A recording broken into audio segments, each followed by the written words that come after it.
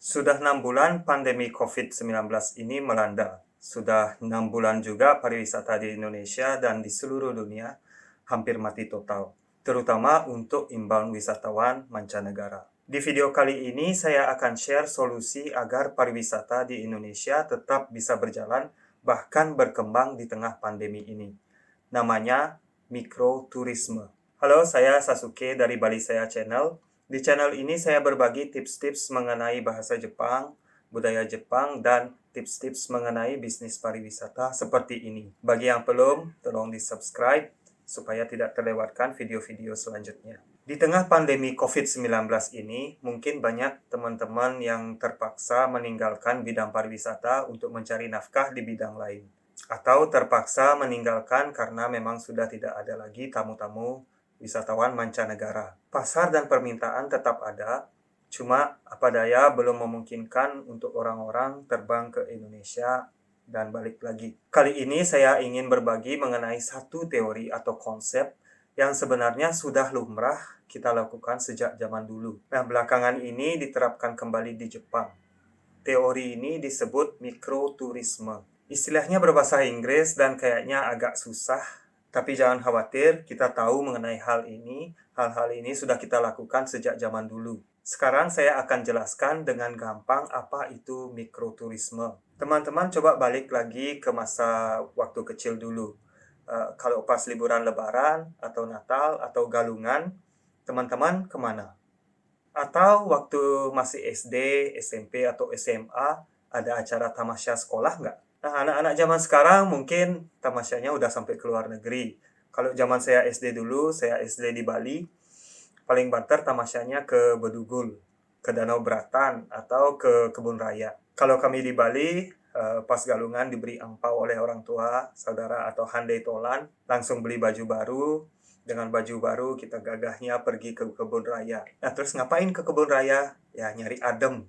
Karena di sana pegunungan, saya tinggal di daerah pantai, jadi asik adem. Apakah kita enjoy? Saya rasa semua pasti jawabnya iya. Bahagia kita dulu sederhana. Nah, apakah ini bukan pariwisata atau turisme? Ya, ini turisme, ini pariwisata. Kita nyewa angkot sama sopirnya, kita bayar tiket masuk kebun raya, kita belanja di sana, kita beli oleh-oleh. Ini yang disebut dengan mikroturisme. Turisme yang bersifat mikro. Jadi konsepnya mengoptimalkan wisatawan dari nggak usah jauh-jauh dulu. Dari lain kecamatan, dari lain kabupaten. Di satu pulau dulu. Kalau kondisi memungkinkan, wisatawan dari luar pulau pun bisa jadi target atau market kita. Wah, orang lokal nggak ada duitnya. Bah, dah. Nggak lokal sing nekang pipis, cai. Kalau ada teman-teman yang berpikir seperti itu, no. Saya akan jelaskan kenapa mikroturisme ini bisa menjadi solusi atau bisa menguntungkan seperti wisatawan mancanegara. Kenapa menurut saya mikroturisme ini bisa jadi solusi? Satu, kita nggak akan balik lagi seperti semula. Jika ada teman-teman yang masih menunggu keadaan akan pulih seperti semula, saya sangat-sangat pesimis. Pariwisata bisa balik seperti sebelum COVID-19, tapi dengan cara yang lain. Kenapa saya bilang begitu? A. Belum ada kepastian kapan COVID-19 ini akan berakhir. Apakah COVID-19 ini bermutasi? Apakah vaksin itu ampuh? Apakah akan ditemukan obat-obat? Semua serba ketidakpastian. B. Apakah ke depannya akan ada virus-virus seperti COVID-19? Pertanyaan seperti ini pasti akan selalu ada. Jadi, semua pelaku pariwisata mesti menerapkan protokol new normal. Artinya, pesawat kapasitasnya mesti diturunkan. Begitu juga hotel, restoran, dan lain-lain. Akhirnya, apa yang terjadi? Pendapatan akan turun, profit akan turun, investasi dari perusahaan akan turun, pegawainya juga akan diminimalkan, semua skalanya akan mengecil. Menerapkan new normal tanpa inovasi baru akan mengurangi profit saja. Travel agent sebesar apapun akan susah bertahan. Nah, itu alasannya kenapa saya bilang nggak akan balik seperti sebelum pandemi COVID-19. Nah, kenapa menurut saya mikroturisme ini akan jadi solusi? Alasan yang nomor 2 adalah zaman sudah berubah. Sekarang bule makan nasi campur. Wisatawan domestik makan buffet di hotel-hotel berbintang. Ini sudah terbukti dari data. Saya kutip dari data Badan Pusat Statistik tahun 2018 saja. Jumlah tamu mancanegara di hotel berbintang, teman-teman tahu tidak berapa jumlahnya?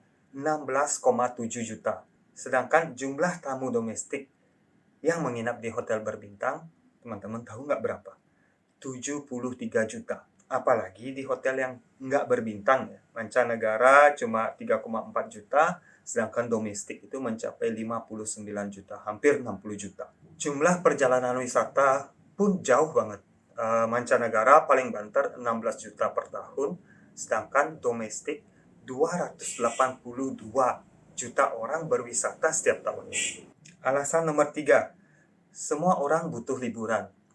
Walaupun skalanya berbeda-beda, anak-anak butuh liburan, bapak-bapak butuh liburan, apalagi ibu-ibu rumah tangga paling butuh liburan. Baik itu ke pantai, ke alun-alun kota, ke desa sebelah, atau kalau Jakarta mungkin ke Puncak, Surabaya ke Batu, Bali ke Bedugul. Intinya, kita semua butuh liburan, butuh melepaskan diri dari penat rutinitas keseharian. Semua butuh berwisata. Itu dia tadi 3 faktor atau alasan pokok, ya, kenapa menurut saya mikroturisme ini bisa jadi solusi. Saya rasa banyak teman-teman di Pulau Jawa, Sumatera, Kalimantan, Sulawesi yang sukses sekarang berbisnis di pariwisata domestik. Sedangkan Bali kurang sukses. Kenapa saya bilang begitu?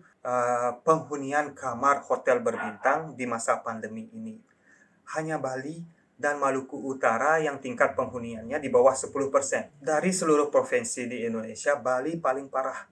April cuma 3,2%, Mei 2%, Juni 2% juga, Juli 2,5%. Sedangkan di pulau lain rata-rata ternyata angkanya 30%. Nah, memang karena di Bali banyak banget hotel-hotel berbintang. Tapi sudah saatnya kita ubah mindset-nya kita. Saya sendiri sebagai mantan pelaku pariwisata di Bali, mindset saya selalu ke wisatawan mancanegara. Sudah saatnya kita merubah mindset kita yang seperti itu. Walaupun daya beli orang Indonesia sekarang menurun di masa pandemi COVID-19 ini, lagi 10 tahun GDP-nya Indonesia itu akan melewati Jepang, Rusia, Jerman, Korea, UK, Prancis.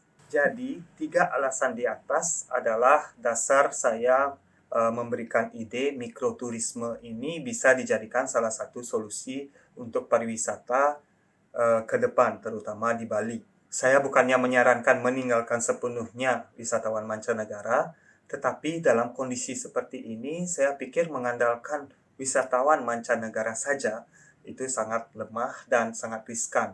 Jadi kita mesti punya opsi-opsi lain supaya kita bisa survive. Di tengah pandemi ini, kita mesti berpikir fleksibel dan memanfaatkan demand atau permintaan berwisata di dalam pulau dulu atau dalam lingkup yang kecil dulu.